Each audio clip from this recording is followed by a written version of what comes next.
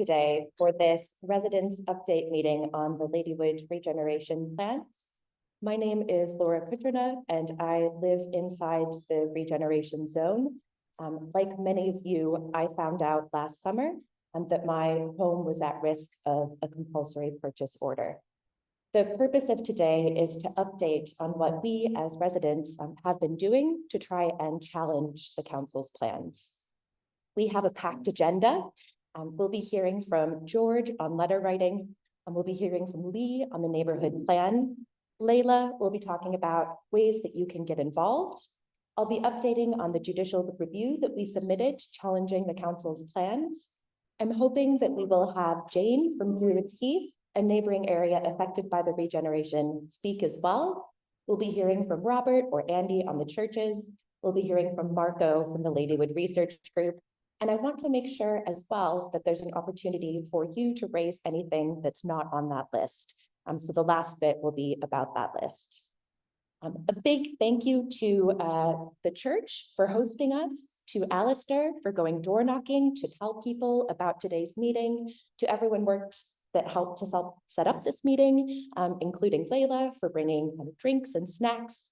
And a big welcome to our online participants as well. There are 21 people online.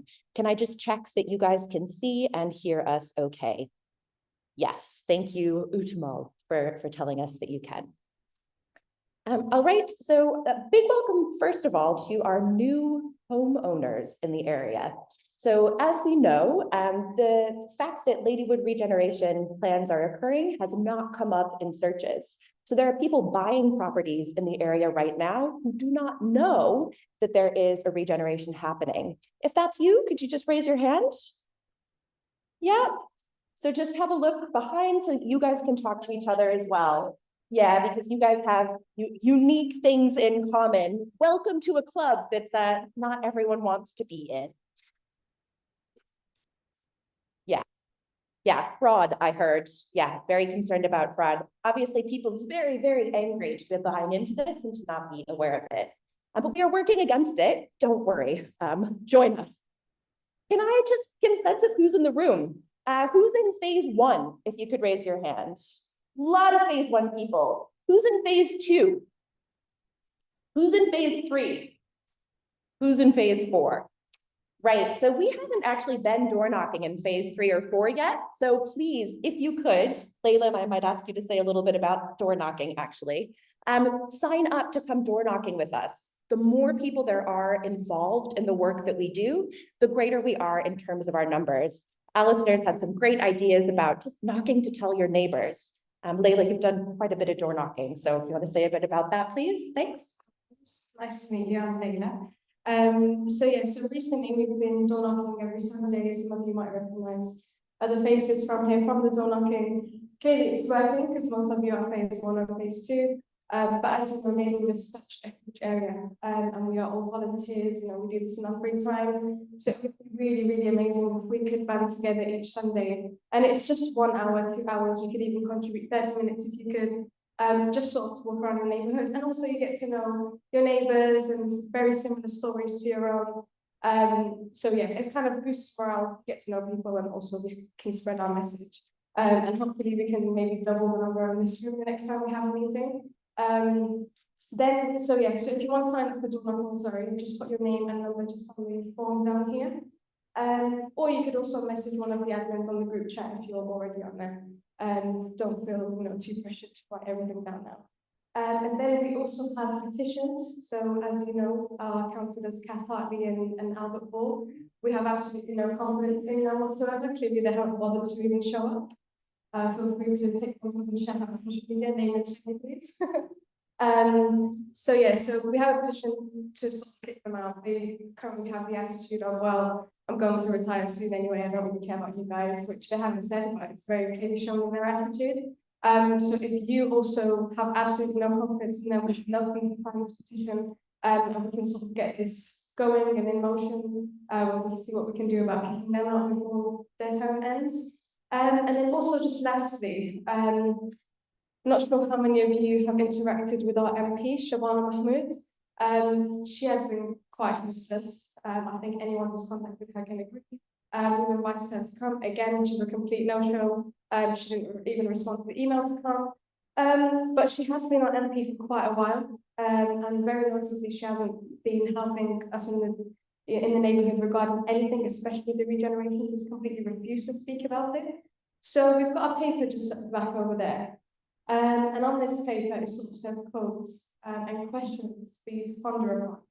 How has she affected you in her silence, in her neglect towards you guys? If you could just write a piece about how this regeneration will make you worse off than you currently are, if it's affected your mental health, if it's stressed you out at any point, if it's made you question your future or your financial plans, please just write a piece, even if it's one sentence, just so we can get that out to the public, and especially Shabara, and see if we can sort of tug on her heartstrings or just impact some kind of change in any way.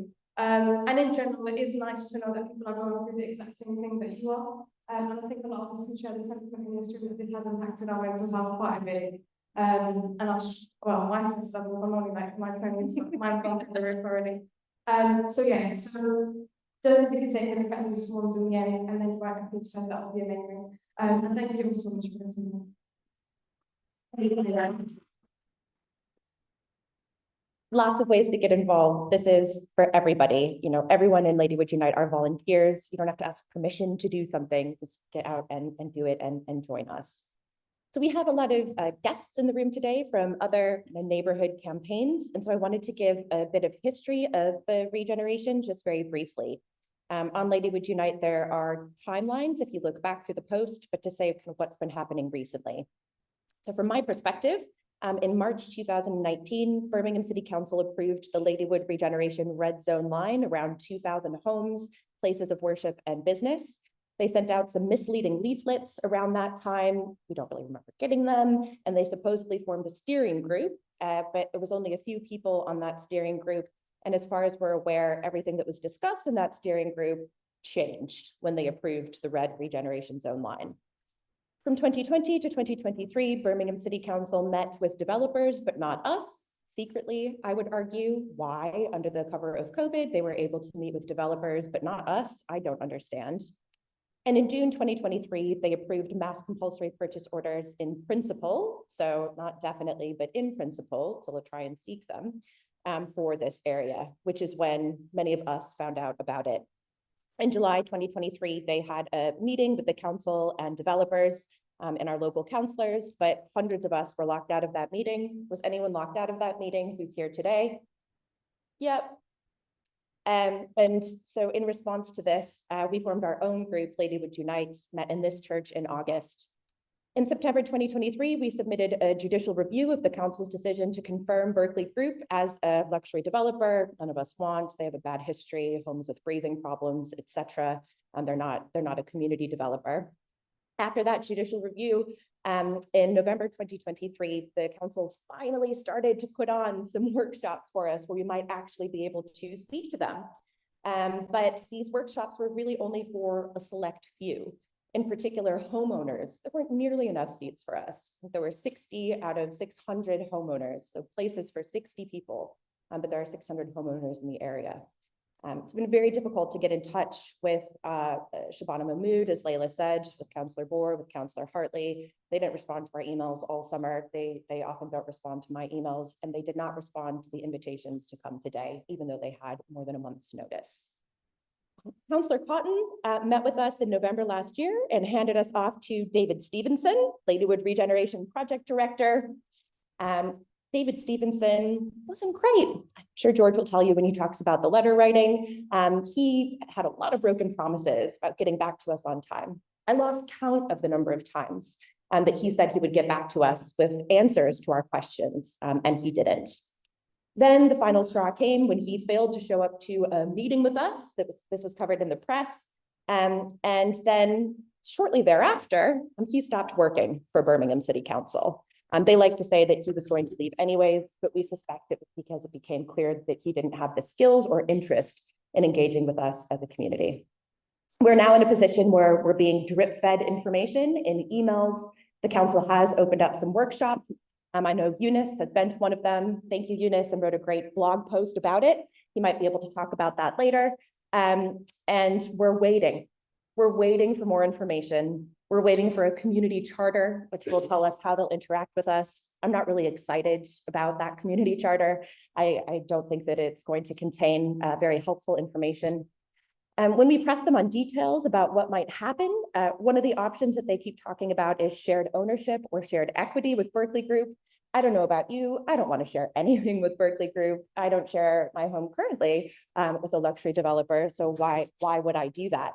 Eunice has quite rightly said, why can't they promise us like for like at no additional cost?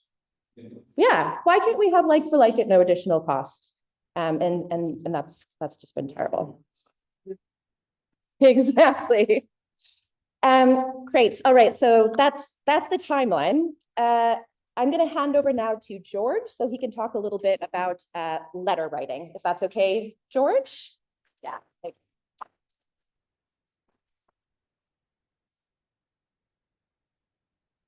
Thank you, Laura. It's a bit nerve-wracking being on here. Okay. Oh, absolutely. Oh my gosh. Right.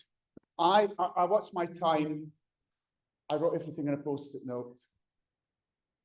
I am a serial letter and complainer. I can tell you that now. That's what I do. If we go back to June, went back to June, and suddenly in permanent mail, I saw something about regeneration Ladywood, and I thought, thankfully, we're getting something doing. I read it to find out that all our homes, my home, was about to be demolished. So, before permanent food initial business, I made some inquiries and I spoke to the CEO of the portfolio manager farm. It's okay. You know,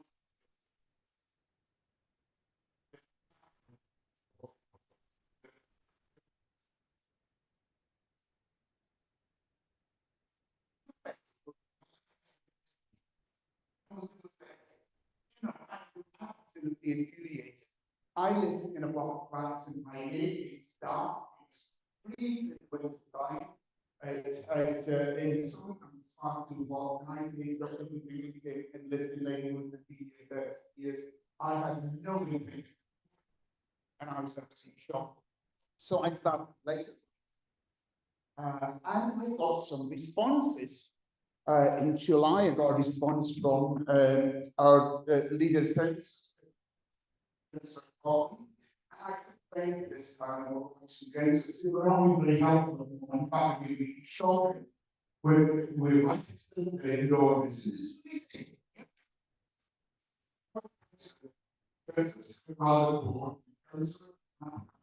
I've started with people of Ladywood with distinction for many years and have championed local residents throughout the initial development project. I have no doubt that they will continue to take vital roles in what we are determined will be an open and collaborative process, and I know that where necessary, both will ask awkward questions on behalf of residents.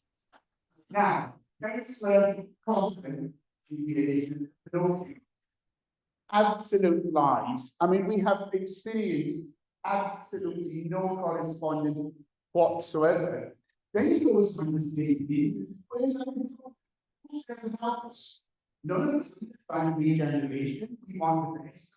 Council will be going out today for a consultation phase to help assist the local community to human consultation phase.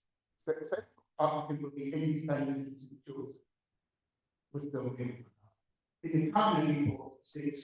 Excuse me, George. George, could you? No. Right. Sorry, we can't hear you at all. Can't you? Because you keep can you stand still or near? I find it very difficult to stand still. I will do it. Sorry. I've lost my notes. Okay. But I shall stand still. Sorry. It's going to be even more difficult standing still now. Anyway, After that, the council then put the shutters down on us, and we wrote and we asked for support from our councillors, and we got absolutely nothing. We then moved on, and I was keeping my letter writing, and then suddenly I had complaints at the same time. The council asked to meet with me, so I was invited to the council house, which is very, very beautiful. We spent 32 million on it. It's very beautifully decorated, and we went, Laura and I, in November, and we met with the council. And the reason that that came about is they were trying to stop me going to the ombudsman. So that was the part of, let's invite them in and see what we can do. So we presented to the council, and we were introduced to David Stevenson. And it was 8 times that David Stevenson managed to miss deadlines that he set, and then he disappeared. And we think it's because he had not a clue what he was doing as a job, and he was letting us down. I then had a meeting, and I had a really good meeting. I know we're waiting to hear who the new mayor is, but I had a really good meeting with Andy Street, who spent considerable time with me. He was he was really very good. I met with him and the leader of the Tories, and they were brilliant, because in January, out of 15 questions at Birmingham City Council, full council, they put 8 questions for us. So I was really happy with that. Then I met with Roger Hammer, the Lib Dems lead, that was in February as well. And then we had, in March, we had another absolute support for Ladywood. Whereas we've had support from other councillors, and we've had the councillors from other wards stood up, we've had absolutely no support from our councillors at all. Moving forward, with all this letter writing, we had something that was absolutely fabulous that happened. Joe, who's sitting in the front row, introduced me to this. This is brilliant. This has been our game changer, because this was approved by Cabinet last year, and it's how Birmingham City Council should be working with us. Let me just read you a few things. So this is about public participation, and it's formally agreed in writing, and it's been adopted, and the council now have no choice, and they've said they're going to adopt it fully. So it's saying we will be inclusive, accessible, and fair. We will be respectful. We will act openly, honestly, and with integrity. We will collaborate. We will shift the power to communities. How fantastic! Build power to the communities and get communities get comfortable with sharing power with the communities. So it's all in here. So this has been our biggest godsend. All that letters and all the people I talked to and all the challenges and got back, we have it in writing that they fully adopted this and that the project will follow this. So this week, and I'm going to finish in a second now, not keep things long, I wrote to Berkeley Group to 2 developers. While I was writing to developers, I was having a little look and I was thinking, I wonder what CEO, and I copied them in, Rob Perns. So I had a look and I found out how much he earned. So at the year end of 2023, he earned over 8 million. I worked that out to be over £3,000 an hour and nearly £40,000 a day. But did you know, in 2017, he earned 28 million. He did lots of good work. And so far, he's earned 108 million. Now, it's those winning the lottery every single year, and sometimes the Euro lottery every now and again. Now, that's the people that we're dealing with at the moment. They've got big bucks, and I wonder how much you earn with Ladywood. What's on the cards for Ladywood? So I challenged them this week, so I sent developers and I sent them through a copy of this, plus some other things as well from the council. I sent them the answers to all our questions, and I'm still waiting a response for that. So let's see what happened from the developers. It's really quite shocking how we've been treated. There has been a bit of a turn, because we do feel as we're being treated better at the moment, but we demand to have equal seat when council and the developers meet. We demand to have a full say in what happens to our Ladywood, and we demand that were not being walked over and ignored. Now, I really urge you, we've got a petition here against our councillors. I absolutely ask you to sign that petition. And one more thing, Laura's quite right about Shaban and Mahmood. Now, Shaban, council had to lose all these leaflets when I met with them the last time. Fortunately, I have copies of the whole lot. So Shabana sent us a lovely Merry Christmas and Happy New Year 2019. And she says, we must, she mentioned the regeneration here and she highlighted new high quality social housing. Now, our big belief is Ladywood needs social housing and affordable housing, not luxury flats. And then she says, we must stick to these aims and that we get the best for Central Ladywood. It will take time. We want to get it right and to make Central Ladywood the best resident-led regeneration in the country. Well, she's another one who's Pinocchio. And then she's got the pledges. So I think this is really important. So our pledges are to rebuild public services, to tackle the climate emergency, final say in Brexit, an economy for many, and a new deal for housing. What's she done for us? Absolutely nothing. And she must go at Christmas time or whenever the next election is. Thank you.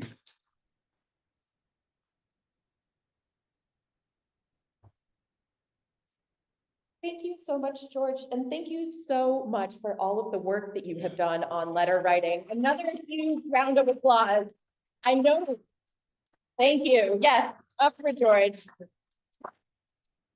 You have been absolutely incredible, George, in getting responses from the council and holding them to account. So thank you so much for all you have done with that. Before I hand over to Lee to update on the neighborhood plan, I wanted to read a couple of testimonials that have been sent in to me by people who have been experiencing problems because of the regeneration and because of their housing, but they could not be here today. One of these people is someone who lives, and you may know, in a council property, is my understanding, and the property is in very terrible condition. And of course, there are properties inside the Ladywood regeneration zone that do need to be updated. There are properties that are in very poor quality conditions, and we do need to do something about them. And I think it's important to hear from those people as well. The Ladywood regeneration is taking away money and time from investing in those repairs right now, and instead focusing, it seems like, on knocking down properties that don't need to be knocked down. So this is someone who has shared their story. Ongoing housing disrepair at Kilby Avenue property where kids' health are being affected. I've lived in Ladywood my whole life. I moved to Kilby Avenue in 2003. I've been a leaseholder in Kilby Avenue for 12 years, since 2012, in my 2-bed maisonette.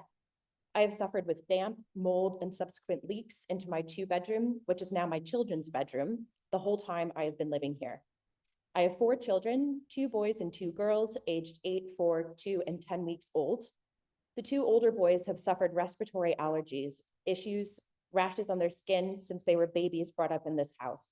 The NHS are also aware. Isaac, my second child, has asthma. Because of it, he is prescribed a brown inhaler to take every morning and night, and a blue inhaler where required, which is required daily.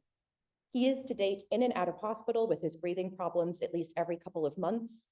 He is ill more than coughing and sneezing uncontrollably throughout the day and night, all of the time. I am very worried and frustrated for his health. The Ombudsman ordered Birmingham City Council to carry out repairs at the core of the problem once and for all and decorate the room in 2022. They even put a whole other ceiling over the other ceiling and have decorated, and within 6 months, the condition returned to how it always is for us.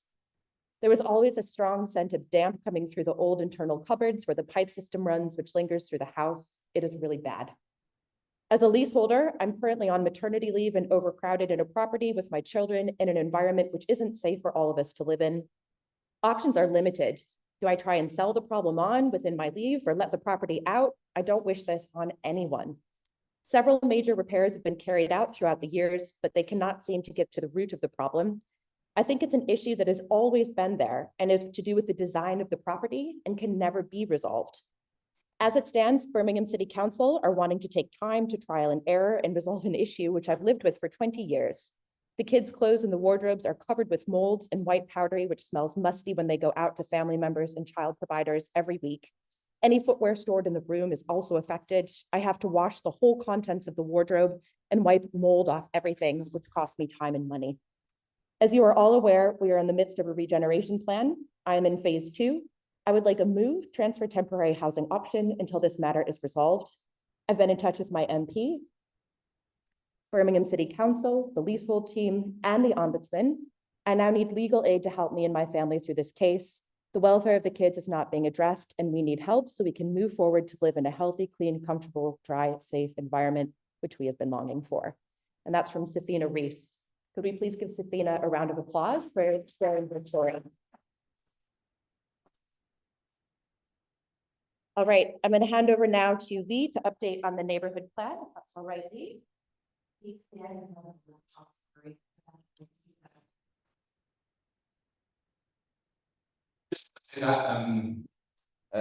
is going to hand around one of the petitions, because I appreciate some of you may not be able to stay all day. So the petition is just going to make its way around. If you really don't want to sign it, of course you don't have to, but just have a look at the top. It tells you what it's for, and hopefully you'll join us in signing. I'll just give a brief intro to myself. I am not here to shill votes, but just to be open with you all, I do campaign in the area. I'm a Liberal Democrat, so I'm working to get rid of the Tories who've crashed our economy and get rid of Labour locally, who have bankrupted our beautiful city. I would like to challenge them. As we can see here, there are empty seats, which they will remain open for all of our future events, because we do want to engage with them. So I'm going to talk about the neighbourhood forum. So the neighbourhood forum is a legal way of getting the council to engage with local areas properly. It's so wonderful to see many of you here today. We've not filled the church up yet, have we? So it's a great result today, and welcome all of you. The neighbourhood forum, if set up, will need at least 21 members to join. It's free. It's not a membership that you have to pay for. And all of those 21 don't have to be active all of the time. We just have to show that there's a cross range of diverse people in different settings and different housing scenarios and so on that can form the forum. And the idea is to create a neighbourhood plan, which would have to happen within 5 years. Now, we know our colleagues in Druids Heath have gone down this route, and also other areas in Birmingham. A plan, we think, would contest the existing plan that the developers have got for our area.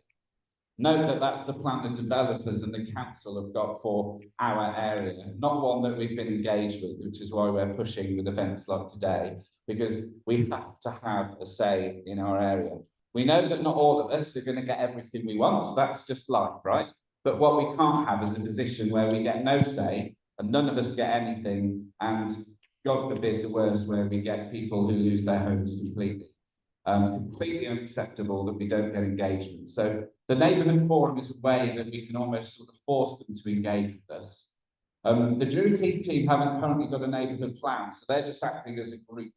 Now, what we have to do is write a constitution. That sounds really boring. I like the boring stuff, so our team has already written that, and it's ready to go. But we've paused because we asked the council development team, in honesty, if we wrote our own plan, and then a developer came in with their and the council's plan, would ours kind of get pushed to the side? And their honest answer was that they think so, yes.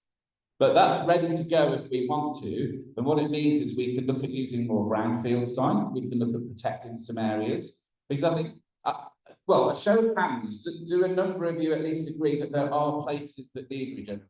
We need better access to places. We need cleaner, greener spaces. We need more areas for children to play. We need safer areas with better lighting and better pathways and road conditions.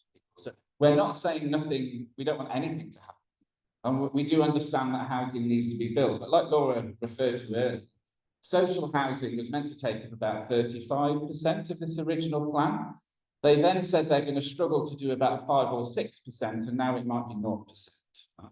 So I think it was Paul who gave the quote that said that what they're trying to do is turn us into a stylish lower Manhattan, meaning that none of us could afford to live here. Because to quote Jane Francis, who's the councillor, I think, of Harborne Board, she's on the cabinet for the council.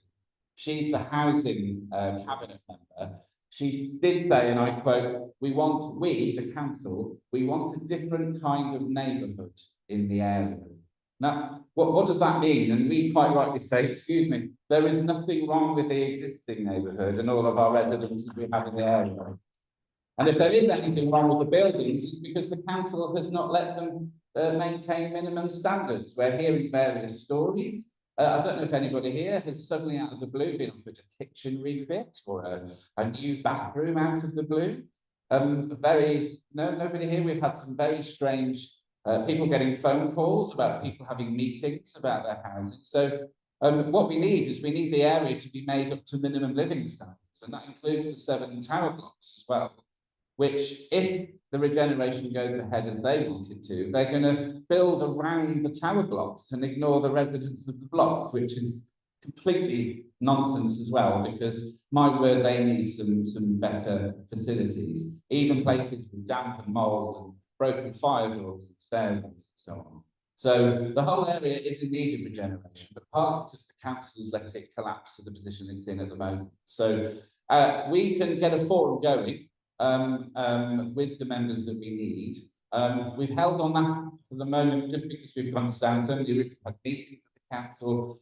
We had our infamous hopeful meeting with the former regeneration director, David Stevenson, who then didn't turn up and tried to get us to out to the building.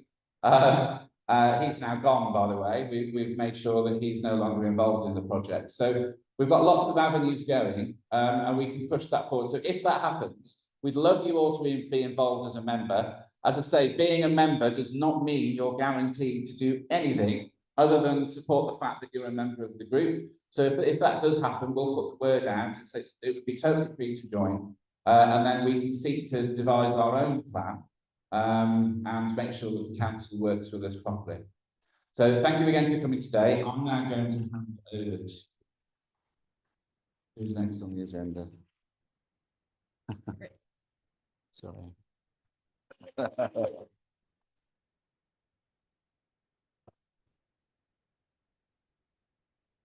All right, so yes, I was right. It is me. I'm going to update now on the judicial review, and I've prepared a few words about that. So the judicial review that we submitted challenging the lack of consultation and the use of a single bidder process was unfortunately refused. I've put up information about this on Ladywood Unite. It's been, you can see the judge's decision and the judge's reasoning behind it, and that's out right now. I've prepared a few words about it and what I think we should do going forward. I initially wrote something, my partner looked it over, and he said that it was way too upsetting to read out loud. So this is a toned down version. My first reflection is that there's clearly a difference between what is legal versus what should be legal. In my opinion, it should not be legal to draw a line around an area with homes, businesses, and churches and select a luxury developer to potentially knock down these places without consulting the people who live in and love these places. That is unacceptable. Unfortunately, it appears that this is legal, although I do understand the decision of the judge. Second, we continue to question people's descriptions of the Ladywood Regeneration Zone as a deprived area.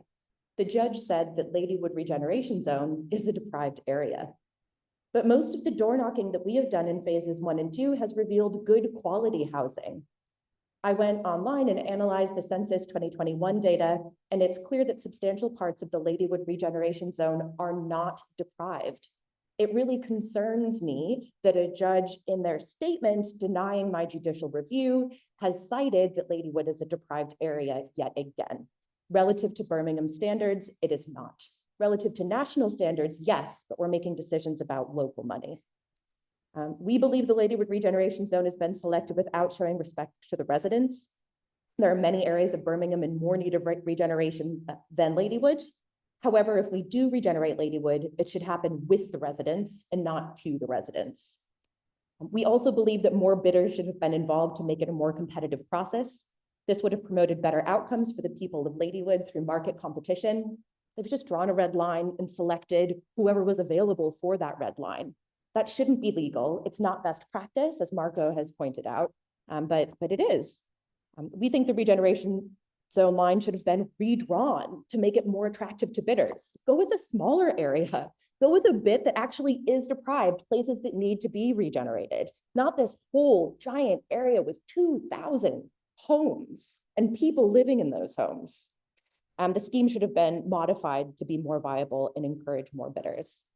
And we will absolutely continue to fight the unethical practices by Birmingham City Council in relation to the Ladywood regeneration scheme. Now, people have asked that we continue to fight Birmingham City Council's decisions legally. This judicial review, my understanding is, stopped and prevented Birmingham City Council from signing the contract with the developer. I don't know that firsthand. I've heard that through a number of people who spoke to David Stevenson. So it does make a difference when we do these legal challenges. So because people have asked for it, I've now set up a crowdfunding site, and Danya and Leah are going to pass out information about how to donate to that crowdfunding site. If you would like us to continue to challenge the decisions of Birmingham City Council legally, please donate to this site. It's also being released on ladywoodunite.com now. You don't have to donate, but this is one way that we can push against Birmingham City Council's decisions. As that goes around, I'm going to read another testimonial before I hand over to the next speaker. This testimonial is from somebody who used to live in the regeneration area, and they recently sold their property. Hello, I wanted to share my story, as I used to live in the regeneration area and recently sold my property after a long time trying to do so. I wanted to say a few words about my experience, how it impacted myself and my partner, and some thoughts to leave you with. To keep it short, I owned a property in the area, and my partner and I decided it was time to move out of the city. We wanted more space, and our hopes were to start a family soon and get married, all the things you might hope for people in our position. When we put it on the market, within 2 weeks, we had nearly 15 viewings. Those were the ones that we had time to cater for, and more were interested. Within that time, we had multiple offers on the property. The highest one, a cash offer with no chain, a dream in terms of moving house, which we accepted with glee shortly afterward, having our own offer accepted for another property, chain-free. Not long after, our hopes were crushed. The announcement of the potential Ladywood regeneration came. I desperately pushed to get our deal over the line, and we were ready to exchange. The buyer found out about the potential regeneration and pulled out. Devastated, we put the property back on the market and rallied to see if we could still sell our property. Worried sick about the future, not knowing whether we'd be able to move for years. We went from being inundated with viewings to just a couple in a few weeks. What I had worked so hard for to provide for with my partner and my future family was falling apart in front of my eyes. With all the unknowns with the potential regeneration and no information coming through for so long, we were faced with not moving for years, putting off marriage, putting off kids, and more for years, who knows how long. We explored legal options, but they were all costly and risky. Eventually, we found a buyer. Without boring you with the details, and with the market dropping in the position we were because of Birmingham City Council, we lost over £20,000 because of the deal. But it wasn't over yet. We had to wait months for the process to progress. Focusing at work was impossible. We were bombarded with questions from friends and families, knowing one phone call, the whole thing would fall apart and we'd be back at square one. A week before we exchanged, bearing in mind it had been a year with this ordeal, we thought it was going to fall apart, and I had to console my partner, who at a family event was bawling her eyes out as we thought we were back at square one again. I had to save face in front of her and the family, look her in the eye and tell her it would be okay, when honestly I didn't think it would be. The years I lived in the area were some of the happiest of my life. I know what it means to all of you to stay, to not have the incompetent boot of the state pressing down on you all, threatening your homes, your happiness, but most importantly, your rights. And I end with this, simply this: the council does not care about any of us, our happiness, our lives, or our rights. All they care about is keeping the power to tell you what you must do. But if all else fails, remember that collectively refusing to pay council tax should not be off the table. Refuse to fund the tyrants who will rip you from your homes, when if someone did that to them, they will be equally devastated. I know this is easy for me to say now that I have left, but trust that the pain and uncertainty that I felt, if nothing is done, you will all be in the same position. You can do it. Thank you to that person for sharing their story.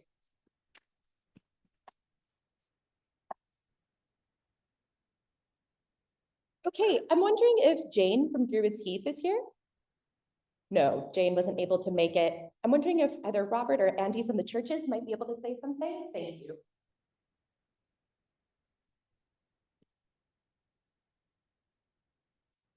Hi, my name's Andy. I'm the pastor of Church Alive. I don't personally live in the red zone. I live just outside it, but our church owns the small bungalow behind the community centre, which obviously is within the red zone. And I was concerned initially to hear, I think it was highlighted by the journalist who attended the meeting in July, that there was a council document somewhere stating that no replacement would be made of religious buildings because secular provision should be sufficient. I found that quite shocking as a pastor of a community that not just owns a building, but is a family together in this area. So I started sort of pushing and just trying to meet with some people, with the leaders of the regeneration. I always forget what their titles are, but the directors and yeah, all that kind of thing. So this is what I've been told is the latest on our religious buildings, that we're at the start of the proposal and that there isn't a contract yet. But when the contract happens, conversations will happen with all the stakeholders, including the churches. So from that, we've been told that no decisions have been made as yet as to what will be demolished. And that means that we still enter into the discussion process as churches and religious buildings to make our case and discuss options. Now that's what we've been told. I have to say, we've been told a lot of things, and until I actually eat the pudding, I'm not sure that I'm completely convinced that what we've been told will end up to be the said pudding. So I hope it's true. I hope that no options are off the table, but we shall see. So we need to keep the pressure on. And for the case of the religious buildings, we need to keep it on the council's radars. I'm concerned that as religious groups, we've not been considered as a group in our ourselves, but that we've been lumped in with other groups. And I think that needs to be something that's addressed. I have raised that. I've also made it clear that the churches can contribute and provide an incredible amount of service to this community. Like this church, I know that just in itself does so much in terms of making its facilities available. I'm very grateful for all that it does. But these groups are also distinct communities. I see my own as like a family in many ways, and the people in this community have a strong sense of belonging and identity as part of church congregations, and I guess other religious groups as well. These congregations need to be considered as individual and valuable groups whose location and current facilities should not be removed from them or the community that they serve unwillingly. And I've pointed out that they cannot be replaced by secular provision, as one council document suggested. Now, I've got no problem with secular provision as well, but I just don't think that it's, replacing one with the other. I also just wanted to say that as a pastor, if anyone needs someone to talk to or to listen to, and just to be there in terms of sort of their concern for their own well-being, I am based in the Hope Centre, as I said, the little building, number 3, Ledbury Close, behind the community centre. There's a little poster out at the side with my number on it. If you want to contact me or just drop in, if you see the shutters open, I'm usually there, and you're welcome to drop in for a cup of tea and a chat. I love Ladywood. My church loves Ladywood. I believe in a God of love and justice, and I am very deeply concerned to stand with my community for justice. And I may not be able to do as much as some of these other people, but what I can, I will do to stand for justice. And I know that's that's shared by others in the church congregations. So thank you very much. I just wanted to say a massive thank you to all the people who are being here. You know, I'm in awe of what you're doing to stand up for justice and the right thing for this community. So thank you. Thank you for your support and all of the support from all of the community groups for what's happening here. I'm going to hand over now to Marco from the Ladywood Research Group. We have an international group of scholars and researchers who are interested in what's happening here in Ladywood. This is a huge regeneration, even on a global scale, I think, and it has attracted a lot of attention, not just here in the UK. So Marco, over to you to talk a bit about the stand here. Yeah. Okay, stay here. Okay. Hi, everybody. My name is Marco Di Nunzio. I'm an associate professor at the University of Birmingham. And so, as a researcher, I've been involved in multiple campaigns against large-scale demolitions, UK, Nigeria, Ethiopia, Italy. And so my job is to use research as a way of documenting what's happening, but also trying to imagine ways these can actually be just for those who live in them. And so my kind of way of thinking is research can be neutral only when relationships of power are equal. Until then, the responsibility of researchers is to take sides and to sustain struggles like the one we behind.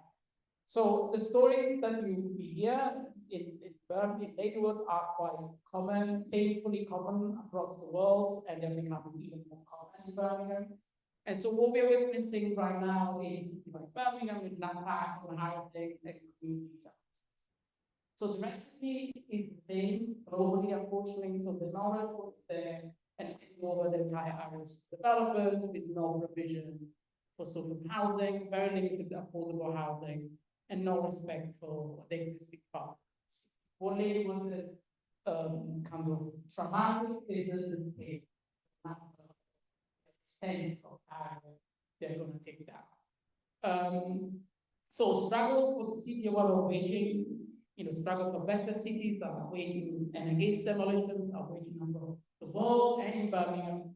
And so what I learned, or what we learned from the battles, is that the task is to be as disruptive as. And disruption is not just for disruption's sake. Disruption can help slow down the process. Make it painful for developers and city government to kind of implement their plan, because they also challenge that assumption that whatever happens in the place by Ladywood is inevitable. And so the idea is that be disruptive is also open the possibility of alternatives to come about. So Ladywood Unite has been carried out a formidable campaign by any standards. It's effectively made the regeneration process very painful for Berkeley and Birmingham City Council. It forced them to be accountable in a way that is responding to your question. Something that is not, is something that we shouldn't forget. This is the result of struggle Ladywood Unite. And whatever the media says, how they spin it, the sacking of the regeneration director is the result of the struggle of Ladywood Unite. So this is a big story. So, again, disruption is not for disruption's sake, but again, slow down the process, make it painful, and then open up the possibility of that. So what Ladywood Unite is fighting for. So what I've been doing since September is carrying out research, looking at much documents as possible, talking to as many people as possible. So please come and talk to me if you want. And as well as with Laura and Joe here, we're setting out research group of people, kind of different kind of expertise and carrying out research that is useful for Ladywood Unite. So just some numbers to remind ourselves what Ladywood Unite is fighting for. So Ladywood Estate is now made of a community of 5,000 people, and 40–60% of them were born outside the UK. This is a city that is called majority-minority city. Minorities are actually the majority, and Ladywood is one example of that. Between 25 and 34 years of age are 35% of the community, so it's quite a young community. Between 35 and 40% of African. So it's quite diverse kind of neighborhoods. The existing stock, you have 1,900 homes, of which 1,200 are owned by the council. So what's going to happen is that the developer is proposing 7,500 homes, no social housing provision. 1,000 homes will be affordable, some of them owned by the council, and the rest basically will be luxury apartments. So this has happened already to Ladywood in the 60s, where 3,000, 4,000 homes were demolished. Even though they built higher, they were not able to replace. Well, it was before the demolition, 50,000 people were kicked out in the 90s.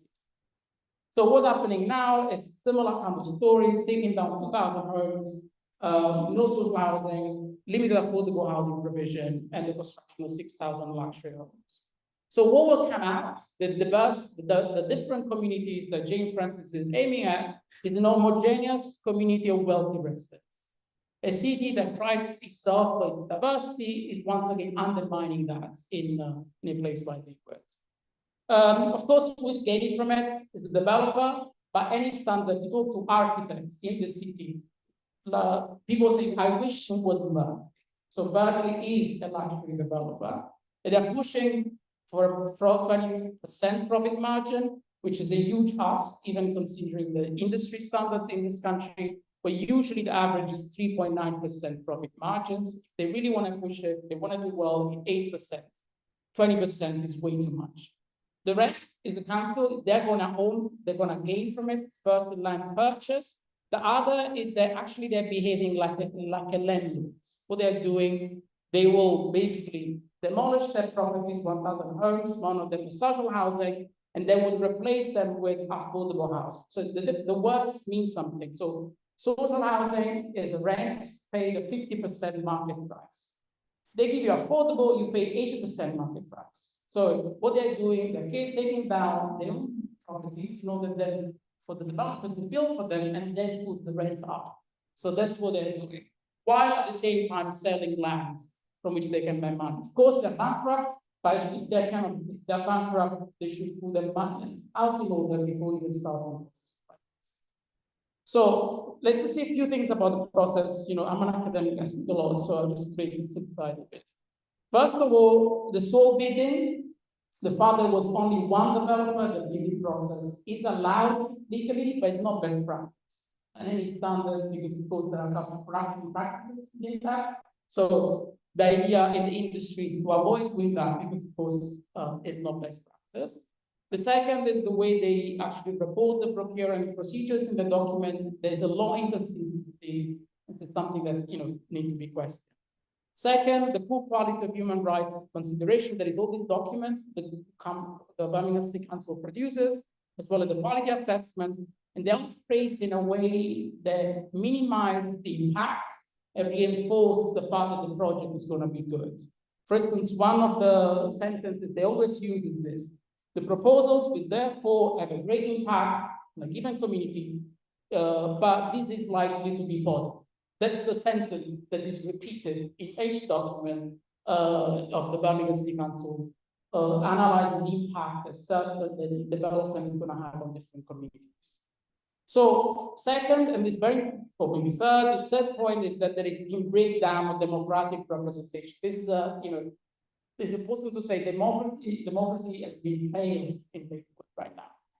First, and this is a problem on legal base, the lack of involvement of residents in the pre-bidding process is something that the Local Government Act in 1999 actually is a provision for that.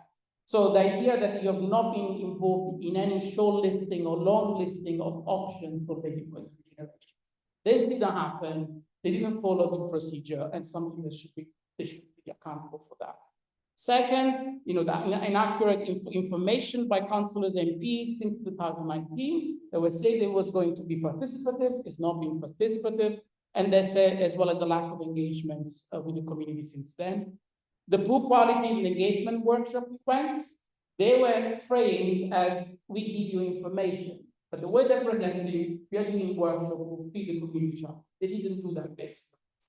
So poor quality of engagement, and their survey is way too long, it's way too bulky. They ask you to prioritize parking over human rights, This is not the way you run a service. So this is so the 5 is to make sure that Birmingham City Council really abide to basic, very basic democratic principles, as well as their own policies, as George pointed out. So there are a few things that, if I say like things that should be put forward. First of all, is that you guys should be involved in the preliminary draft of the community chart, with the possibility of rerunning the entire exercise if you're not happy with that. Second is to be involved in any future surveys and to design those surveys. There is a sort of stakeholder engagement plan the Berkeley should be paid for, apparently. The residents should be involved in designing that plan, as well as drafting the job descriptions of those who are going to work for that program. It's called stakeholder management officer. So the parts concerning the design of the indicative master plan agreed in development agreement in June, that should be published to the public. Whatever things they decided, even if it's done development plans, going to the public, as well as residents could be given representatives on the Ladywood project boards, so and allow them to choose the representatives, as well as having support for sort of capacity in terms of architecture and lawyers come and defend the community, but this should be paid by the Berkeley's. So there is a lot of things happening. It will be happening in the future. But again, keep the fight up, and researchers will try to help as much as possible. Thank you. Thank you, Marco. I don't know what we would do without your facts. Yep, Andy.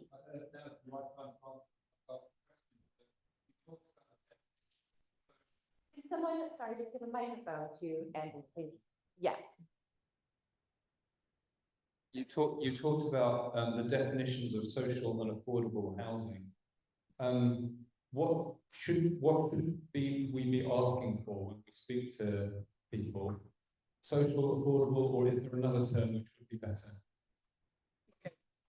So one thing is that social housing, I think one thing is the like-for-like principle. Anyone who lives in the, yes, just moving around. So anyone who wants to live here and wants to stay here needs to have the right to return. So one thing is that there is a general policy of right to return, but there should be something specific for Ladywood since the scale of it. So first one, anyone wants to come back has the right to that, to be coming back, whatever the generation happens, and as well as a significant social housing provision. Now I have the number somewhere. There is in certain areas in Ladywood, there is 68% people on social rents. So these people need to be allowed to be back in those same conditions in a better house. So social housing should be provided at least at the same that is provided at the moment, which is significant considering the fact that 1,200 houses are under council ownership. So those ones should be that.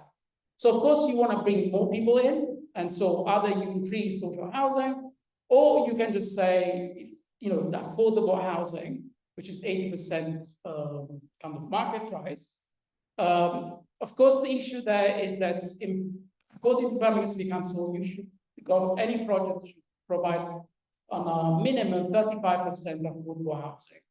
But none of the projects have been approved by the planning committee right now in Birmingham doesn't follow those thresholds. And so what happens is the developers, they said they promised 16% affordable housing. But there is also, it's very technical here too, there is a viability clause. They say if in 10 years time, we don't manage to actually get the profit we want, we actually we deliver, let's say 5% affordable housing because that's what financially viable for us. And actually there is a clause in the agreement that Birmingham City Council signed to say viability, affordable housing provision depending on viability. So even if they have 16%, at the completion phase will be much less. So yeah, so in terms of demands, I think I would say social housing, at like similar percentages, even more than that. If you want to put affordable housing, yes, but it needs to be 35%. Thanks, Marco. Just for the interest of time, we are going to hand the floor over to you in a moment, but George wants to tell you how to complain. We need more people to complain, please. So George, Fairness and complaints, and then I'll have it over to you. Yeah, I'll keep this really brief. Right, complaining, it's really important that people complain.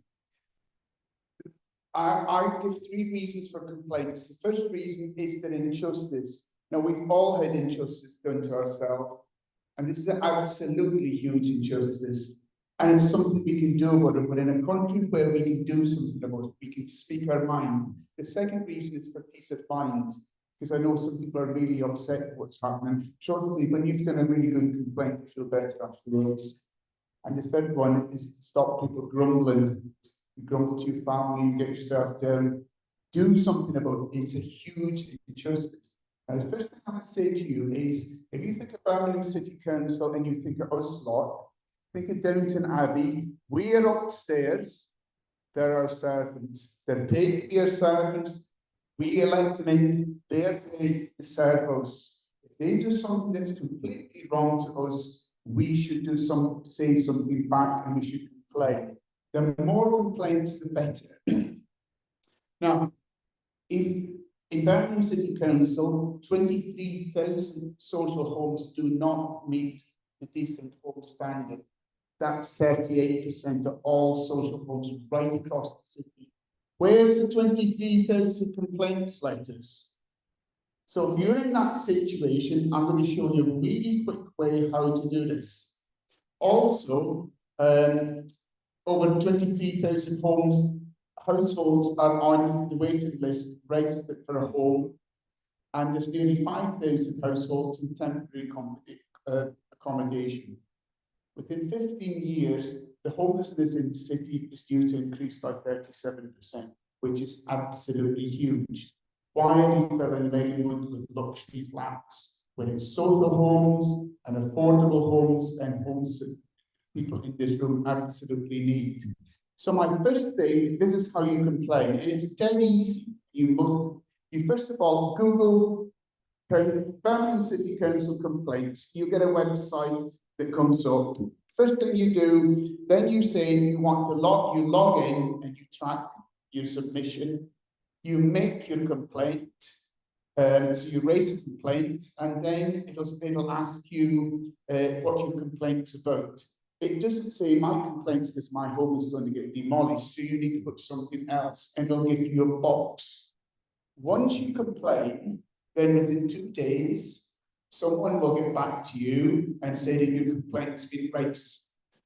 Within 15 working days, that's 3 weeks, you will have a result to your complaint. Now, I can absolutely tell you Birmingham City Council will write something, and it can be something quite nice and some sugary thing and say things are in place. If in your gut feeling they haven't addressed you, then it's an injustice. You know when there's an injustice out there, you know when something's wrong. You move it to stage 2. Move it to stage 2. They then have got to respond to you within 20 working days and put an internal officer in charge.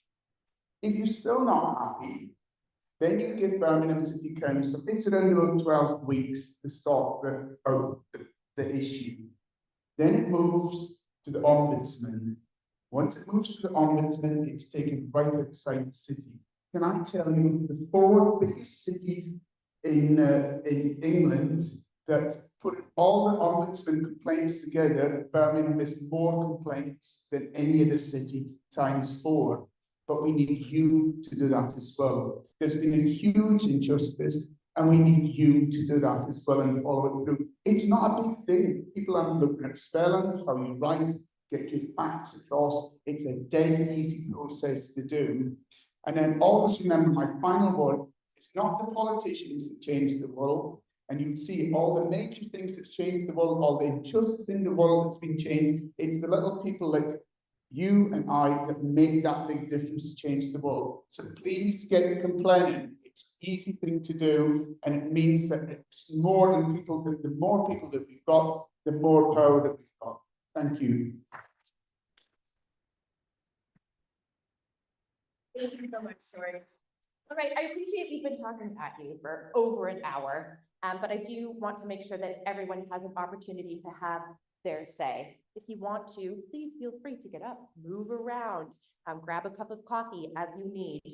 But I do want to open up the floor to your comments, your questions. Does anyone have anything burning that they would like to say?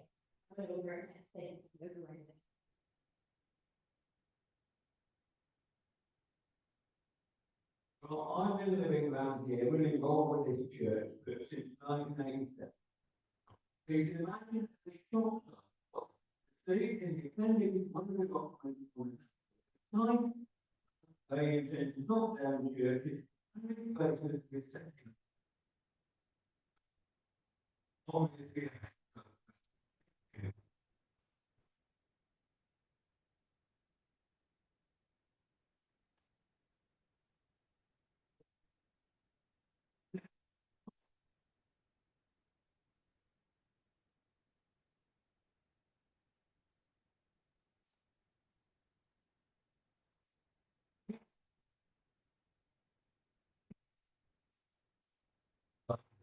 Christians are probably not gospel.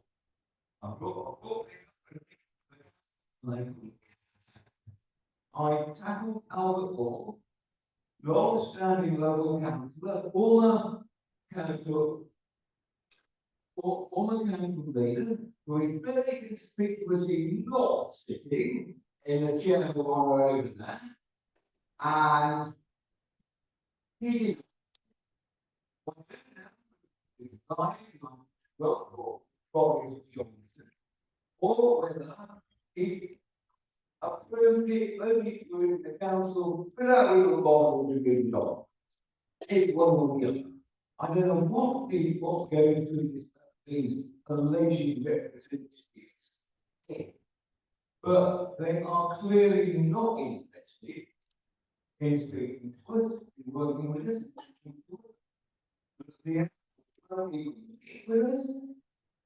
The division one councillors are appointed only to become you don't even know where they are.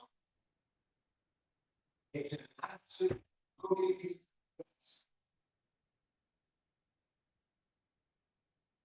So we, as a community, need to do something about it. We need to hassle. We need to empty chairs. We need to open the West until they either put their full stops up or they get out of the job which then obviously not capable of doing anything. I'm basically I'm part of the Smoggy and I came here to share the Skeptical Event Society. I've not been aware of this. I jumped off the bus yesterday.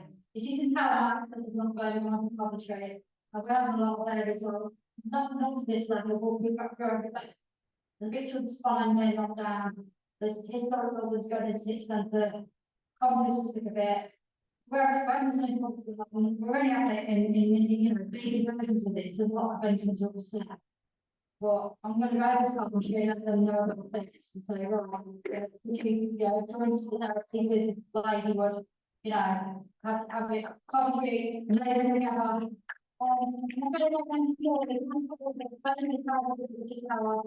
And it's just been renovated. It was done. We have got over the stairwell.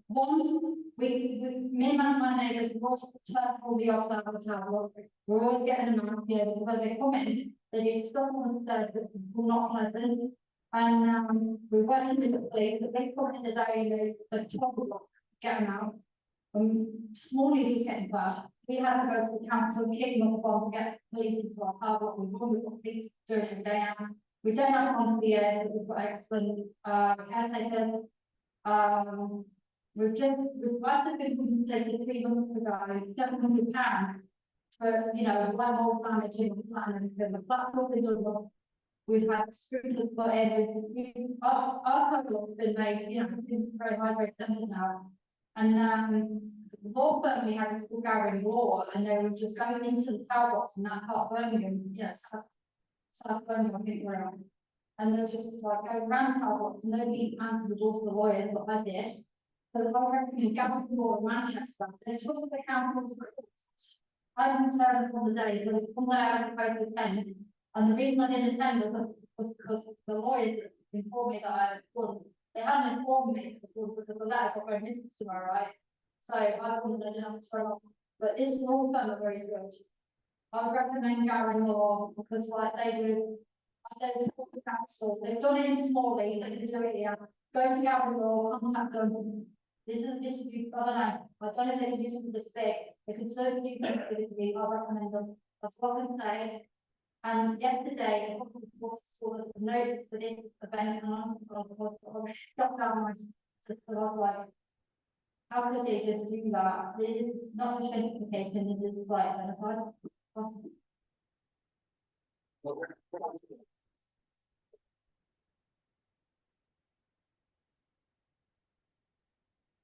Thank you.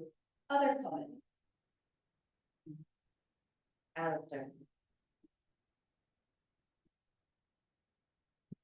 I live just outside the area actually, not behind the Ladywood United generally is like everyone else is actually shocking what's happening. There's just a couple of organisational points I'd like to make really about how Ladywood, you know, how you organise the campaigns. I think it's actually become quite a powerful campaign at the moment. A couple of things is the door knocking is really quite important. So if people could sign up, Laura said there was a sign up sheet over there. But if people could sort of regulate when there's an event like this, if the whole estate could be communicated with, to say if everyone committed to just knocking 10 doors, 10 leaflets through 10 doors, having like trying to have 10 conversations with people around them, neighbours around them, I think it makes a huge difference in the level of attendance. I think it's a very well attended meeting. We can build a bigger and this even the more we communicate and spread the communication of this around the estate. So if people could sign on to the door knocking, you can start to actually keep an eye on which parts of the estate are being talked to. Secondly, I think it'd be very good because I think the things we can sort of protest outside of the council, people standing with banners. I think it'd be very good. It's just my opinion, people can disagree and they want to actually at some point call for a demonstration of protest that actually assembles in the middle of Ladywood, somewhere around here, and actually marching to the city council to try and get all the states out.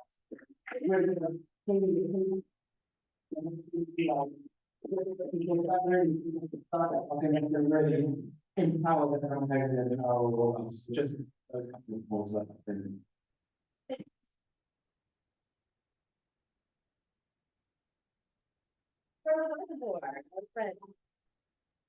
Hi everyone, I'm Eva and I'm involved in the campaign which sitting here and listening to what you're going through over your phones, it makes me feel like the campaign is not important, but you know, the reservoir is incredibly important for the people who just, absolutely need it to be compressed.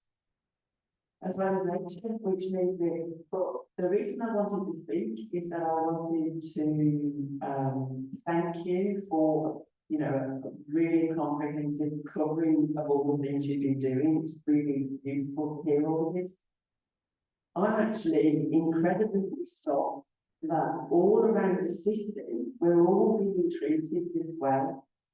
Everywhere we look, the city is neglecting its responsibilities, because if they leave something to this bad enough, we'll be grateful for anything that they do, right? So they neglected Ladywood, they neglected the reservoir, they neglected Druids Heath, and we're all in exactly the same position. We're all being treated like shit. They are not taking account of the people that we are and the rights that we have. And I think it was George that talked about the upstairs, downstairs. Someone talked about, the council being there to serve us. Well, no one seems to represent the council. Across the city, we are being disrespected. And anyway, so I don't want to go on. I just want to say that you do a fantastic job, and I want us to stay in touch because somewhere along the line, I think we need to be doing something citywide you know, where all the communities are feeling that they're all being treated badly and they're not being listened to. Thank you. Thank you.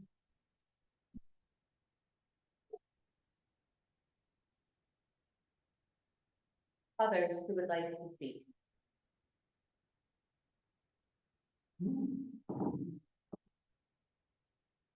Hello, everyone. I'm Scott. Like Eva, I'm the director of the Worker, which is not for profit, and we set up in response to the council's master plan and to develop around the work as well. I live very close by, and just wanted to say I stand with you. And in terms of small success that we've had, my tiny bit of advice, I guess, if anything, and I'm sure you're already thinking about this, is to keep doing what you're doing as a community as much as possible, and not get bogged down by the council's respect and communication and all that. Because the more you come together, the more you do exactly what Alice has said, you keep on course. You know, the energy we've had to keep going as an organisation to come when we turn up at the reservoir and talk to reservoir users, and we come together as a community. And a couple of small successes we had in response to their master plan was actually when we came together and wrote our own master plan, alternative master plan. Pretty sure Laura and George were talking about, alternative data regeneration. I think to get in contact with, retrofit companies, get some big business on site involved in that. But we got, I think, quite a lot of things to go in March with, as Alistair kind of suggested, March with the council and actually present an alternative which has been written by the community, which starts with the community, which is how any regeneration should, rather than starting in council sits and without any communication with the auditors. So yeah, I'm sure you will do that. That's about the only bit of advice I could give from our company, I guess. And yeah, stand with you there. Keep bringing people in as well. We do stand with you, and more people you get involved, whether they're living here or not, it just helps to build everything. So yeah, keep going. Well, we just happen to have the money as long as it's in next to the top, but very quickly. When Shabana and Albert didn't get involved, standing up at the reservoir, we took that in and keep on down here.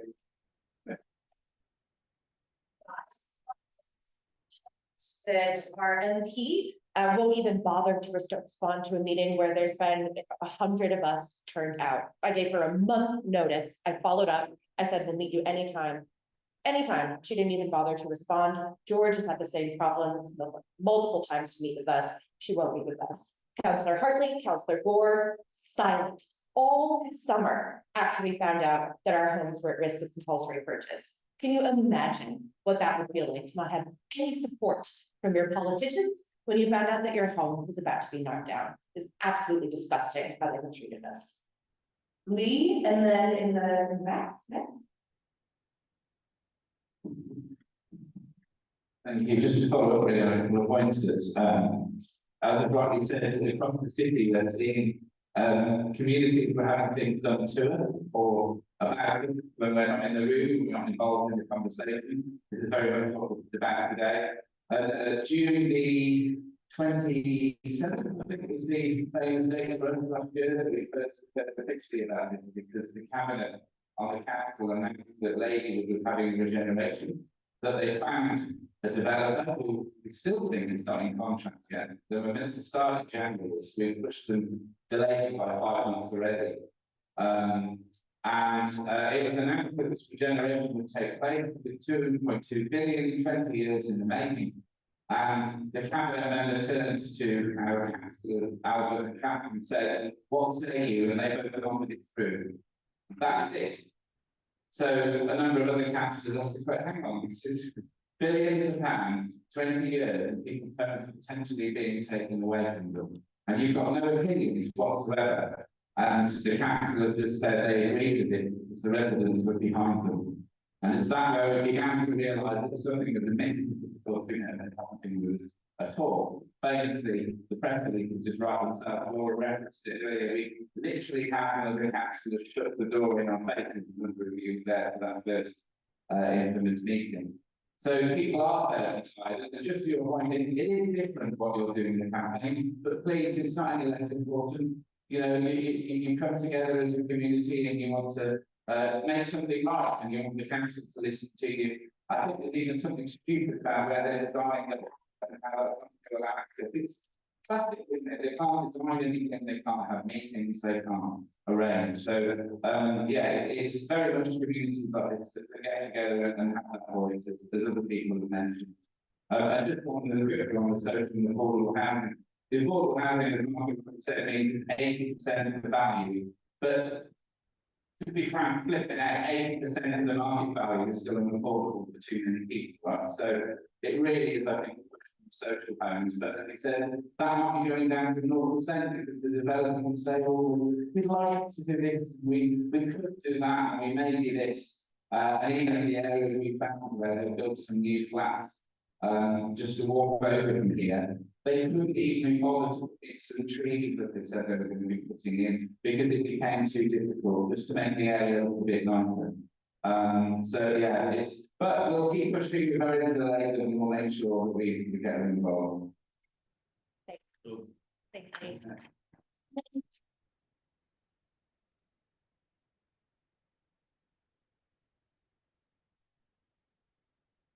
I was just going to say something about the reservoir situation and the situation here, because I agree. It's not like one is less important. In many ways, it's the same struggle against high power property developers, against the interests of the community not being listened to by politicians, and indeed the very same politicians in all cases.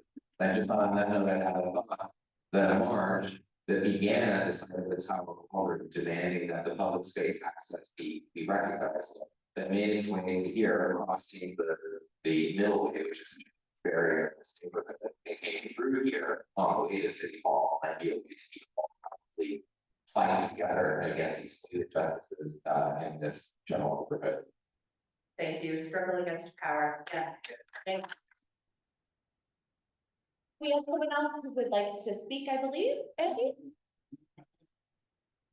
Jamie, welcome from Jersey. How are you? Can I just perhaps you can stay if you were or wherever you are? It's easier for the people online to hear you if you come up to the stage. So Jane is from the Jersey Housing Regeneration project and campaign. Lots of injustices happening in Druid Heath. We'd love to be able to learn from you. Thank you for coming. Okay.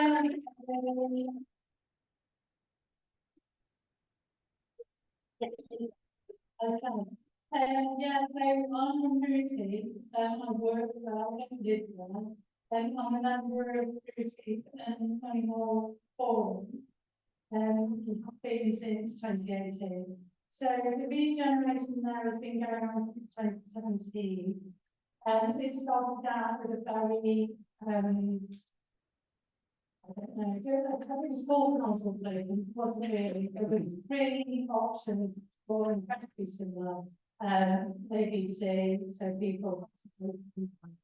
That resulted in the tower blocks to be demolished. So 6 tower blocks to be demolished with 3 few further. So far, what has happened since then is that 5 tower blocks have been cleared with residents. 1 has been demolished, so we have 4 empty blocks at the moment. 1 block is also, in addition to that, is nearly full. And that's been a sort of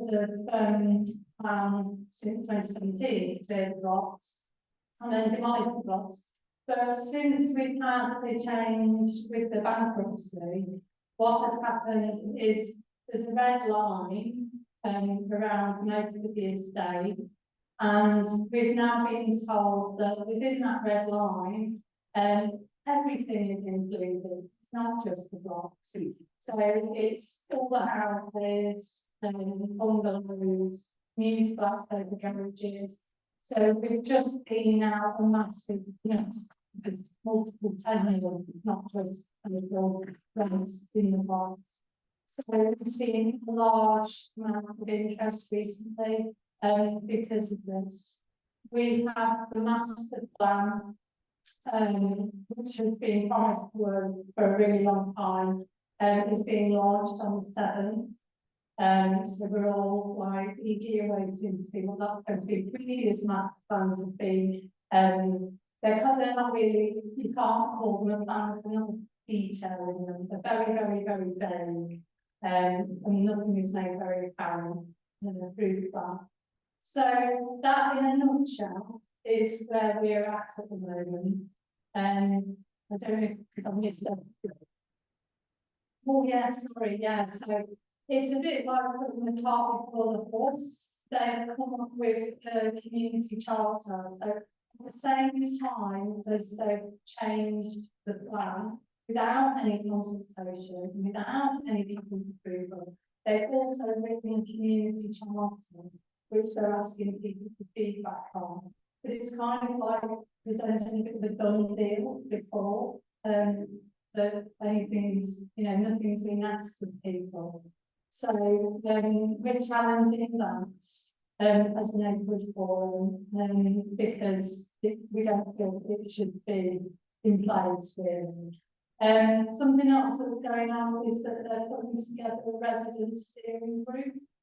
But the way that they're doing is that they've sit through another organisation who we're going to choose not all the stakeholder groups, obviously not all the residents, but they will carry it who's on this committee, which is also kind of company.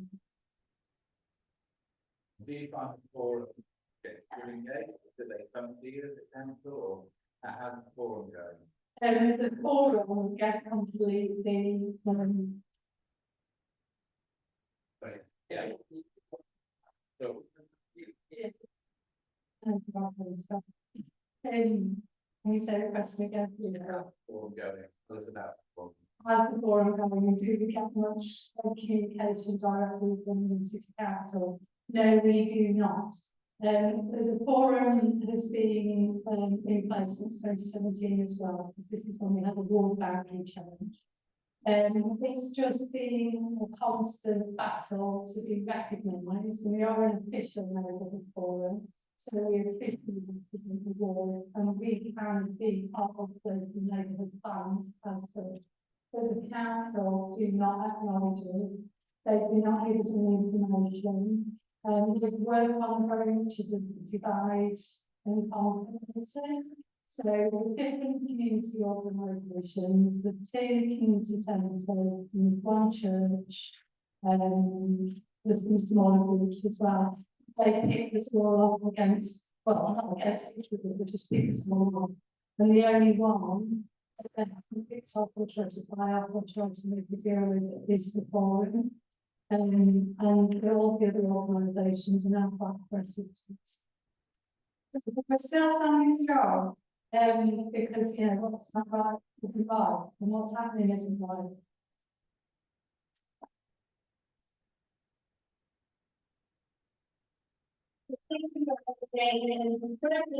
Today, but we are not alone. We can work together to improve our outcomes and work with other people across the world in the city. I'm keen to end early, but Paul, I noticed you've raised your hand, and then Layla is going to kindly sum up. Paul? It's good to be the last, I give the last figure. People have raised a lot of community issues, and I have an enormous respect for those things. But at a later stage of this, we're going to have to involve a barrister, pro bono contract. We can't pay for them. We've got to convince them that there is a public case, there is a public issue to be resolved. And likewise, we've also got to persuade other people in the country what the issue is. Now, there is a very simple, so that has to be the possibility of compulsory purchase in order to build things like that, whatever you think about that. Things like that, there has to be the possibility of compulsory purchase. However, there has to be somewhere, there has to be a red line. I mean, there has to be a test of is it appropriate to use compulsory purchase in order to demolish perfectly good private houses that people own freehold, supposedly in perpetuity, in order to build other houses for the profit of the developer. And that is the point of principle that we need to get that point across to America to work for us and correct the country to work for us. Thank you. More people are invited to talk. That's great. Steph. Yeah, just to follow on to what my name is Ray, and I bought my flat now in the street, or my struggle with that was homeless. I was in need of a one bed flat for a long time with 3 children over. The point of this is it's got to be like for like, it's got to be social housing. You know, affordable housing is not a question. And the whole thing with property is what about the value of property? It goes on. And that has to be accounted for. People have built communities, someone's on a church, but we're all born with all the same struggle. That can't be quantified financially. And up to the gentleman's point that you ultimately, I think we've got to look at the stage where we get barrister okay, you know, to find this case. And I think that not only in the community, it requires us to make it, sure people to do that. But ultimately, I think we've got to find this legally and make it potential through the media.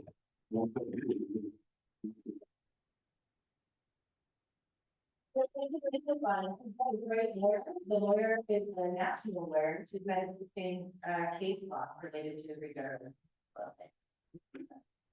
They don't have a review from you a better job than me. Thank you.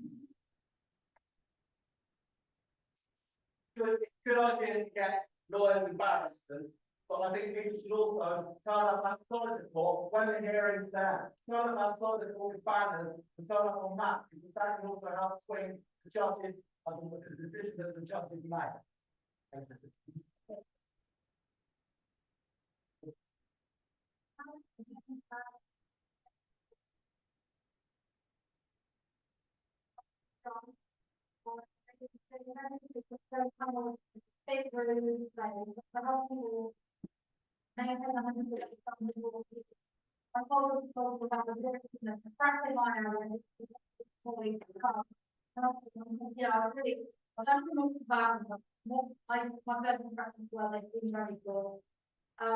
get on board with them, get on board with them, see how they go.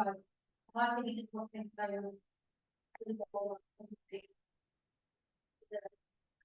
Amazing. Thank you so much for having me.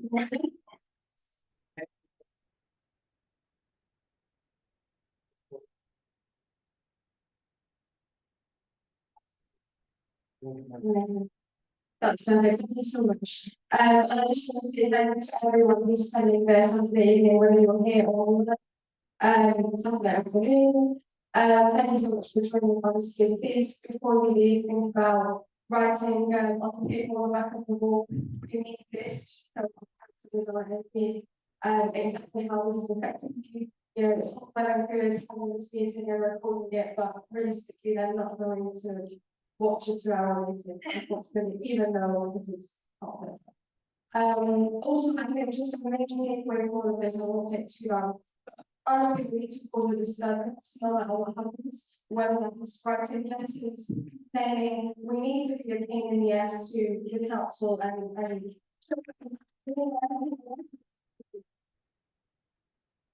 we need to learn together, even if each of us writes 20 emails in council, it will become a serious problem to them.